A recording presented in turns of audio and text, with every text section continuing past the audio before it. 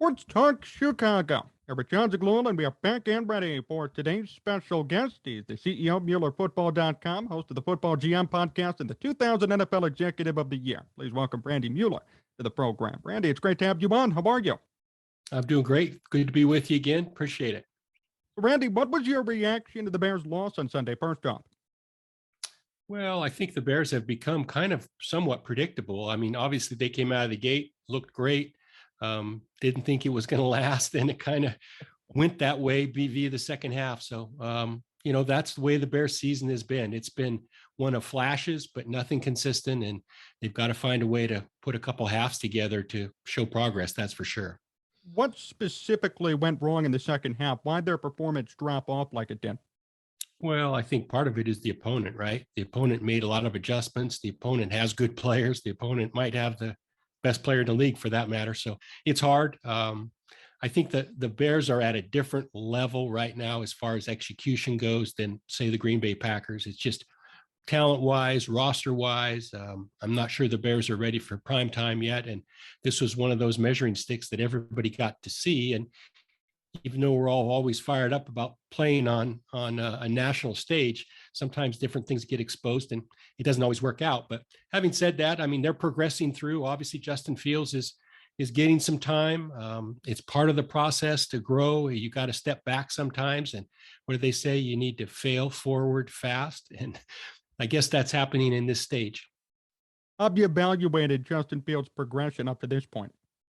Well, I think he's finding out that, and I always go back to, you might remember this, what he said in preseason when asked about the speed of the game. He said, "Oh, I'm surprised it isn't faster." Well, never have words been more apropos now because things are happening fast. I mean, he went from the dock of the bay to the Autobahn when he went from preseason to the regular season, and now he's seeing signs of that. I mean, there's just a lot of things going on right now around him that it's just flashing by, right? And he's not seeing it as quickly as he will in a year or two, but that's all part of the process. He makes some good throws. Obviously, you can see the athleticism, the skill set.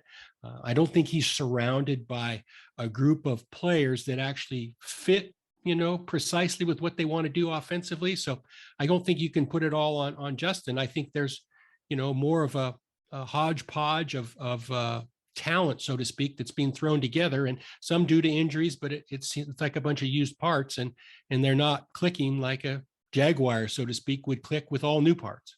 Are you concerned about the interceptions and fumbles? Leads the league in fumbles, has a lot of picks so far, one of the worst passer ratings too. Are you concerned about those numbers as a rookie?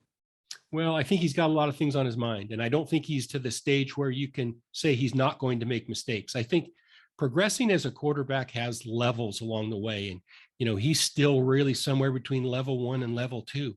You'd love to see him protect the ball more, but I'd also really like to see the ball come out quicker at times. So I don't think there's a lot of options being given him. I think sometimes when I see on tape choices that he makes, I kind of raise my eyebrows and say, what the heck? And then I look around and I kind of see what he sees. There's not a lot of options sometimes.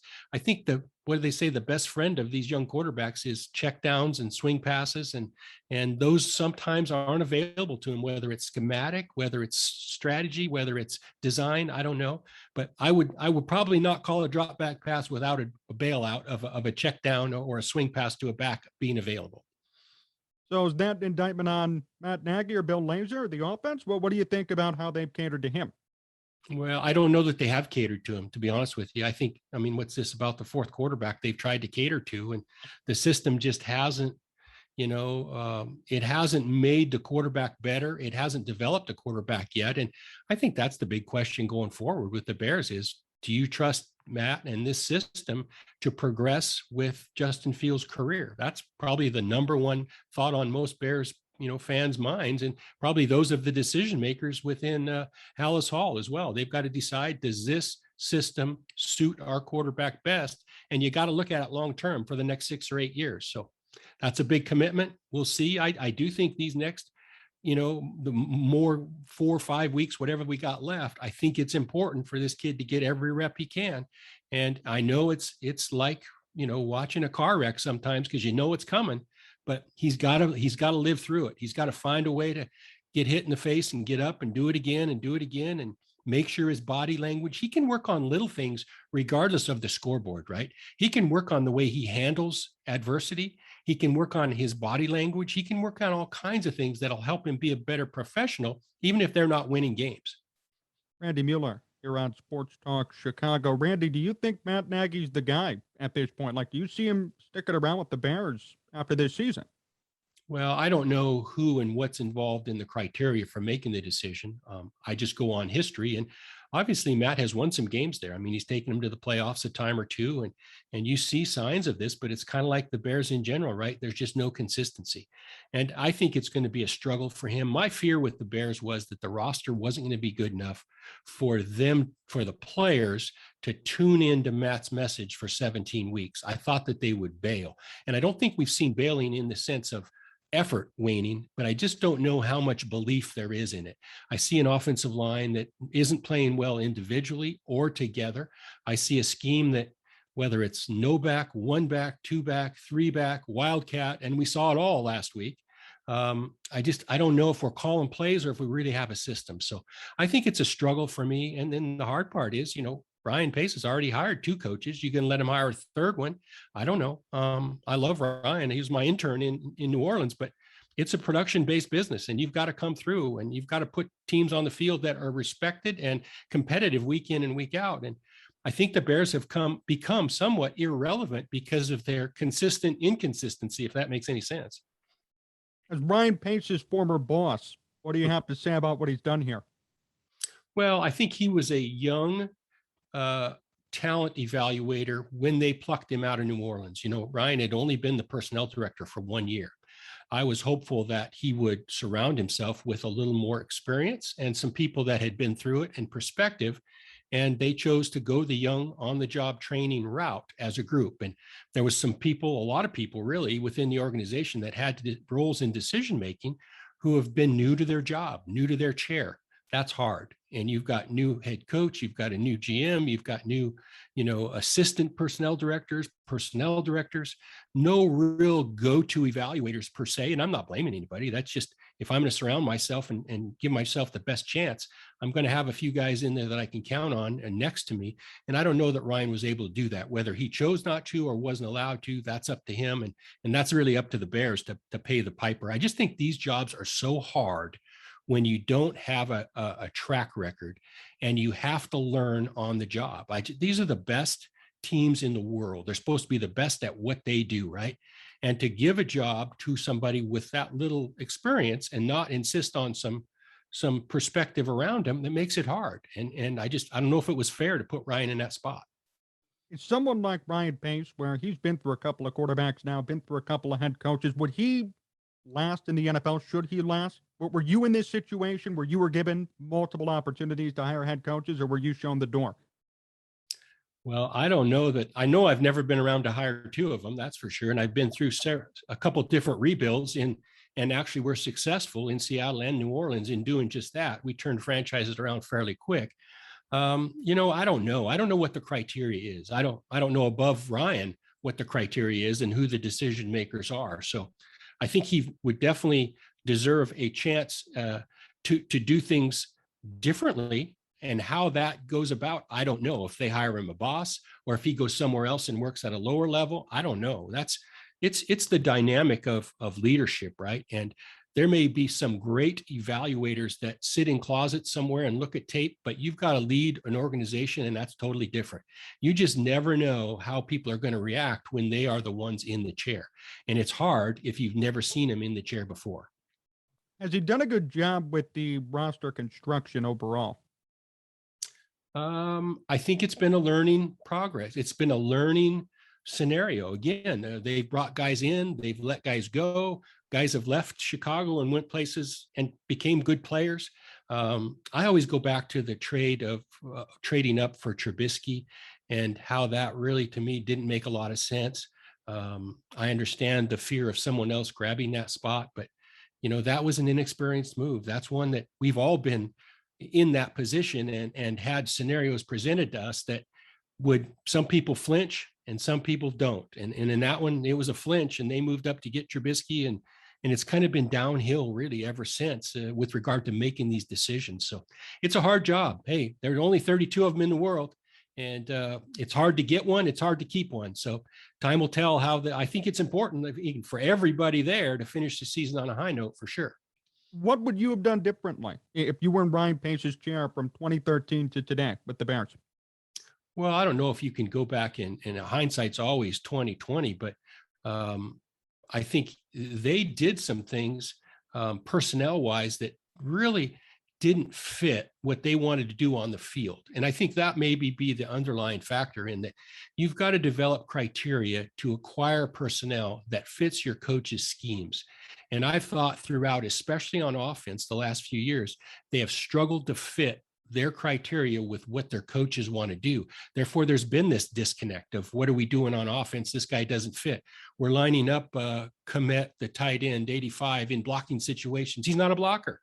I mean, that shouldn't surprise anybody. Same with the other tight end, Jimmy Graham, not a blocker. So guess what? Jason Peters plays tight end now for a play or two here or there, and he did that last week. So it just seems like it's a little bit of a disconnect with the kind of players you're looking for. And again, that comes with perspective. That comes with learning the hard way. My guess is if Ryan were to leave there and go somewhere else, he'd do a much better job just because he's got, some perspective and some understanding of making these decisions. It's just part of growing up, right? Part of life.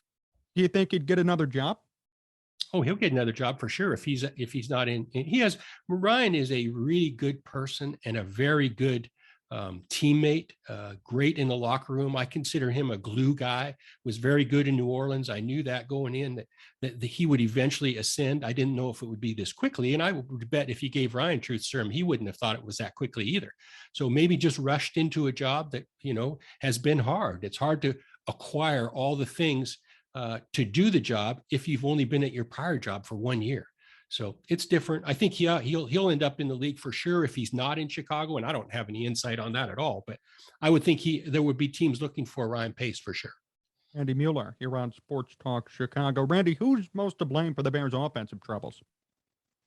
Well, Matt Nagy got the job because he was an offensive coordinator, right, and a guru of quarterbacks. So I mean, he's been through 2 or 3 offensive coordinators that I'm aware of, 3 or 4 different quarterback processes.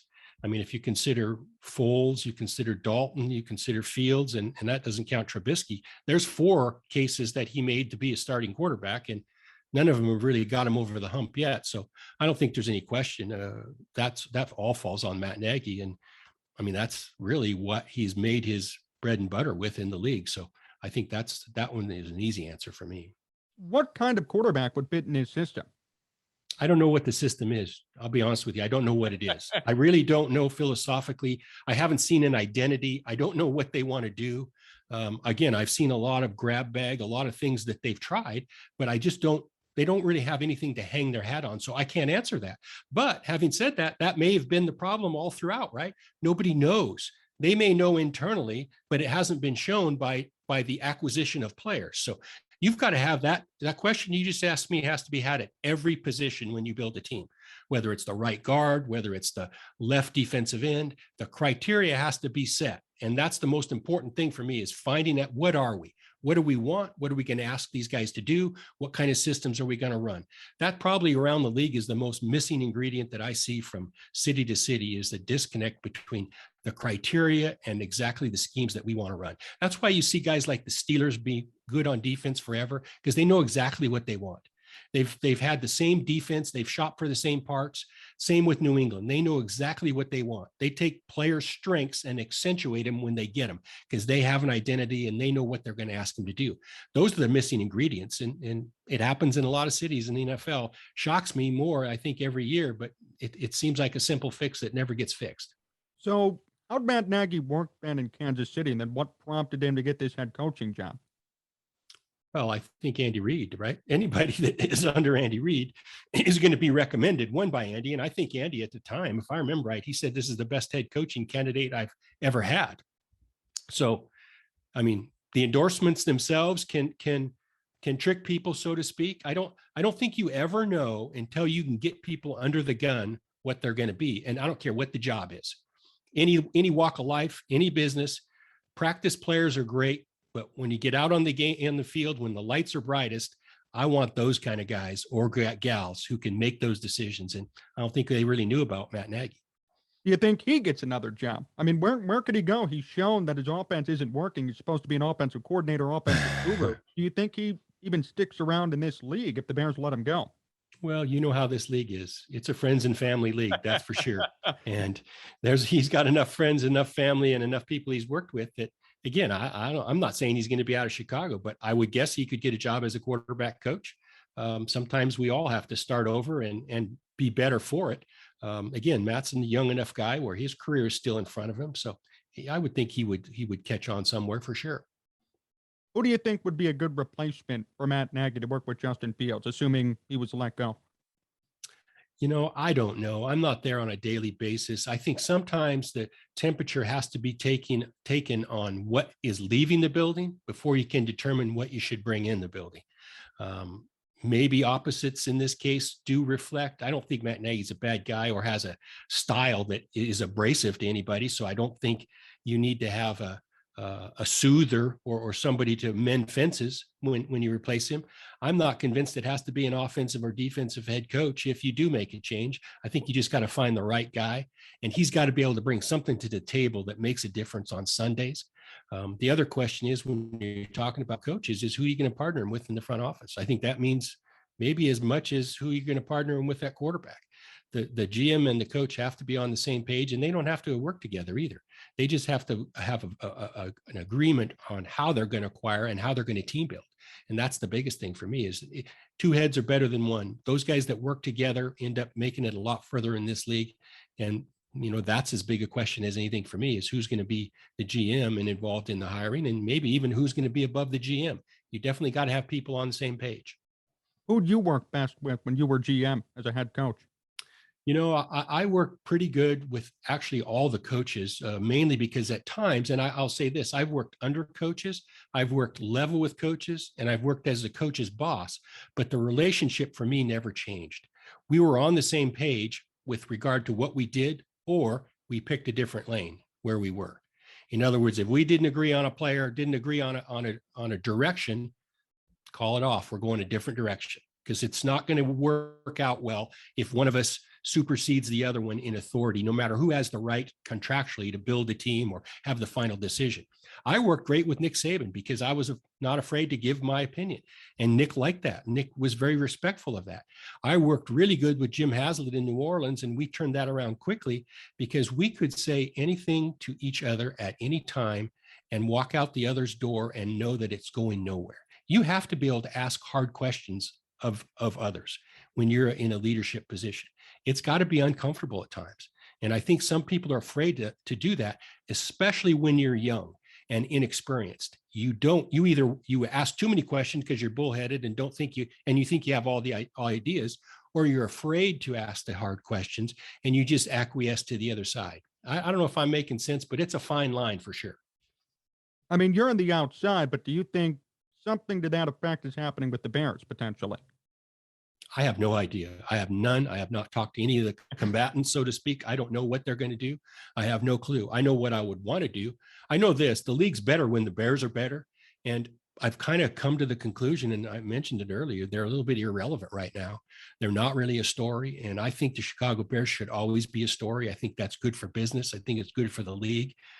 How that happens, I'm not sure. I guess a leadership change, or at least a direction, even if the guys that are in position now stay, a direction over them somehow, some way, a new framework for how we identify, how we put our teams together. That has to change because this hasn't worked to this point. Randy Mueller, still here on Sports Talk Chicago. Randy, a few more questions before we finish up. First off, the biggest surprise of the NFL season is who? Oh, boy. I think for my money, Arizona, that they've been able, and I know they just lost last week, but I think they've been somewhat a surprise to me in that I thought they would fail quicker. Cliff's teams, the Cardinals and at Texas Tech, always kind of faded in the second half. I haven't seen that. And I know they were chaotic in their last minute loss to the Rams the other night, but I think that's going to help them in the long run. So I'm a little bit surprised by Arizona and their staying power. I think they still are a contender and not a pretender. So that one for me is a little bit of a surprise, and I'm happy about it. I just think we all had our doubts because history showed us to have doubts. How about your biggest disappointment, or what would that be? I would say biggest disappointment. Oh boy, maybe Buffalo a little bit. I just thought we would see more out of them, a more polished product. This is a team that's made the playoffs the last couple of years and is kind of ready to take the next step. I really haven't seen that yet. Maybe it's a leveling out of Josh Allen, who I'm a giant fan of, but I still get the feel when I watch him about like I'm going to get on a ride at a carnival. I just don't know what it's going to do. You know, when you look at the guy who's pulling the lever at the carnival and you just kind of, ooh, I want to entrust my life here. I don't know. So I kind of feel like that sometimes when I watch Josh, and maybe it just takes a little more time. I don't know, but that's been a little disappointing to me. I'm sure there are others off the top of my head. That's my answer. Randy, before we finish up, last question.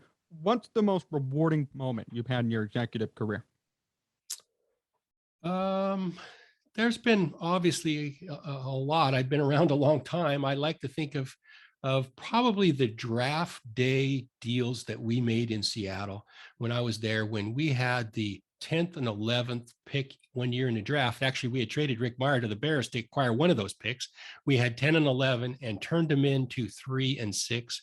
And we're able to, on draft day, draft Sean Springs and Walter Jones with 3 and 6. Obviously, Walter is known as one of the greatest to ever play, and Sean was a nice Pro Bowl player as well. But that was probably, you know, we were turning around a franchise at the time. We needed help at 2 positions. And as I always say, the best drafts are when your need fits at the same place the highest ranked player on your board is. That's a win-win for the day. And we were able to do that twice in Seattle. So that was fun. But the turning around the Saints winning a first playoff game in the history after having come through the Aints and bags on their heads and all that before we got there. We beat the Rams in the first playoff game that the Saints ever won in 2000. That was pretty big as well. So a couple of highlights, but hey, you've been around as long as me. You better have a few good highlights. That's for sure. Randy, thank you so much for joining me. Always appreciate the time. Best wishes for the rest of this NFL season, and can't wait till we catch up again very soon. Really appreciate it. Thank you. Thanks a lot. Happy holidays.